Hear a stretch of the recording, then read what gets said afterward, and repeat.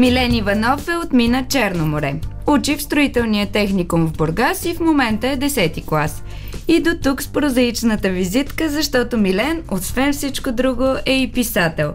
През декември излезе първият му роман «Окото на вълка», който тази вечер ще бъде представен в Морското казино, а сега неговия автор е тук при нас. Здравей! Здравейте!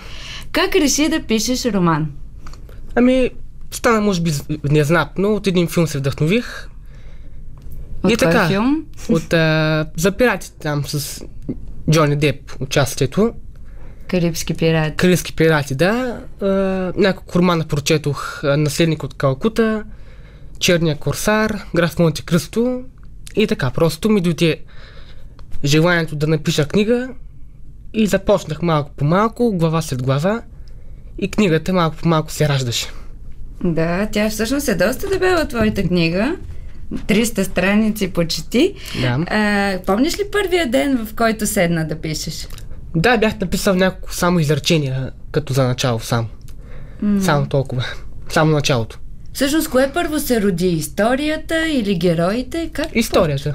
Историята. Разкажи ни повече за нея. Каква е твоята история? Капитан Джейкъб е главният герой в книгата. Той открива една карта на съкровище и поема едно дълго пътешествие към Англия, после към един остров в Атлантика, среща много трудности, един закоравял морски бандит, черната брада, една млада девойка също, много предизвикателства него. Да. Добре, има ли някои от сцените, развиват ли се в България? Използвали ли? Изцяло в Англия, в Атлантика и така. Трудно ли се пише книга? Не. Както имаш желание, става всичко. А как протича делникът ти на писател? Решаваш: днес сядам, ще напиша толкова страници, от толкова до толкова ще пиша, или вдъхновение? Не, просто чакам вдъхновението, когато то се обади, сядам и пиша. А как успяваш да съвместиш ученето с писането? Това е доста сериозна работа. Значи романът беше написан през съботите и неделите, може би. Помогнаха ли ти учители по литература или някой друг? Не. А кой беше първият ти читател? Баба ми. И майка ми най-вече. Как приемат те тази твоя страст, да кажем? Много се радват. Подкрепят те? Да, разбира се. А съучениците ти как приеха, че ти пишеш роман? С насмешка, някои... Така. Прочели ли са го вече? Не. Не. Добре. А приятелите, защото съучениците са... Те също много се радват и обещаха да се вземат книга. Вдъхновява ли те това, че те подкрепят хората около тебе? Да, най-вече. Откъде другаде черпиш своето вдъхновение? Може би от филмите, които гледам, от книгите, които чета, от живота, може би някоя друга случка, така, ако ми се е случила. Нещо и така. Включени ли са случки от живота ти в историята, която разказваш? Не, изобщо. Толкова вълнуващи неща Да. няма в живота на един ученик. Може ли да кажеш, че всъщност твоята приключенска история е някакво бягство, един паралелен твой живот, може би по-интересен, по-вълнуващ? Може би. Добре. Кога излезе всъщност книгата? През декември 2012. И как се приема до сега? Купуват ли хората? Има ли интерес? Има интерес, да. Вече сме продали около 100 бройки от книгата. Да, това е доста добра цифра. В Бургас си я издавал? Да, в Либраскорп. Как вървеше комуникацията с издателството? Помагаха ли ти оттам преписането? Не, преписването не. Вече ти готовия всъщност ръкопис? Да, готова, напечатана и ме предадох. А кое ти даде смелостта, че можеш да издадеш книга, да издадеш готовия ръкопис вече? Как реши да го занесеш в издателството? Значи, когато книгата беше готова, я дадох на един бургаски писател, Георги Аргиров.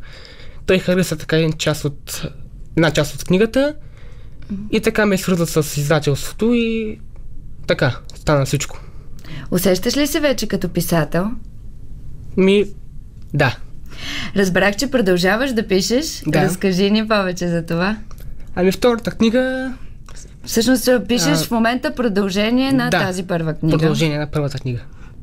За какво ще става дума в нея? Ами дълга верига от обрати, омраза, лъжи, романтика доста има, битки, по-мащабни такива битки има и така. Как се казва? Имаш ли работно заглавие? Да, второто заглавие е Тайната на дълбините.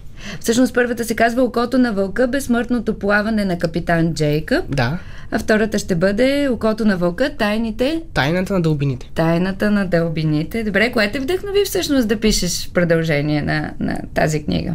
Ами...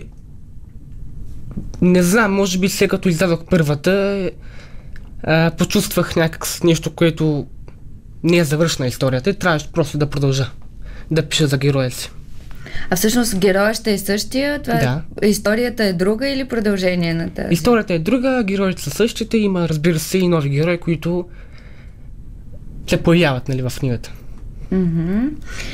Добре, всъщност ти доста бързо си написал новата книга. Разкажи ни кога почна да пишеш продължението? Ами, може би ноември месец биш. Към края на ноември месец. И сега до къде си стигнал? Ами към края съм вече. Ще имат ли удоволствието бургаските читатели скоро да я видят и нея? Ами разбира се, може би през септември месец ще излезе и втората книга. Добре, много интересно е оформлението на първата книга. Тя е с нещо като карта на корицата. Да. На кой дължиш това хубаво оформление на книгата? На Петя Станева. Тя направи корицата. А ти имаш ли пръст в нея в идеята за корицата? Не. Втората книга, дали ще продължи тази стилистика или ами може би. Още? Може би ще бъде така. А ти пишеш и поезия. Различно ли е вдъхновението, когато пишеш проза, когато пишеш Различно. Просто зависи от моето настроение. Кое те вдъхновява да пишеш поезия? Може би живота ми е. Любовта някак си изиграва роля. Посвещаваш ли на някои своите стихове? Да. Добре, ще можем ли да видим скоро твоите стихове публикувани или те са по-скоро за лично употреба? Може би в скоро време ще ги има. Дал ли си ги на някой да ги чете? Още не. Не съм. Не може да събереш смелост, може би? Да, точно така. За тебе писането на поезия е по-лично нещо ли е, отколкото прозата? Да. Добре, а до вечера всъщност в 6 часа в Морското казино бургаската публика ще може да се запознае с твоя роман. Какво да очакват хората, които ще дойдат там? Ами ще има много настроение, музика и така. Ще имаш ли гости? Да. Кой ще ти бъде гост на представянето на книгата? Ами... Каза, че твои учителите силно ще присъстват. А всъщност учителката ти по литература има ли пръст в писането на книгата? Тя много се радваше, като излезе книгата. И ще дойде да те подкрепи на представянето и... А от кои автори черпиш вдъхновение? Ами бях прочел Наследник от Калкута, Черния корсар, все такива романи на морска тема. А какви други книги обичаш да четеш? Ами само такива приключенски. Само приключенски? Да. А поезия четеш ли? Да, също. Добре. И покани нашите слушатели на откриването, на предпремиерата на книгата. Пак да повторим, тази вечер от колко? От 6 часа. В Морското казино ще бъде представена книгата Окото на вълка, безсмъртното плаване на капитан Джейкъб от Милен Иванов, с който говорихме. Благодаря за това участие и успех за бъдеще. Благодаря.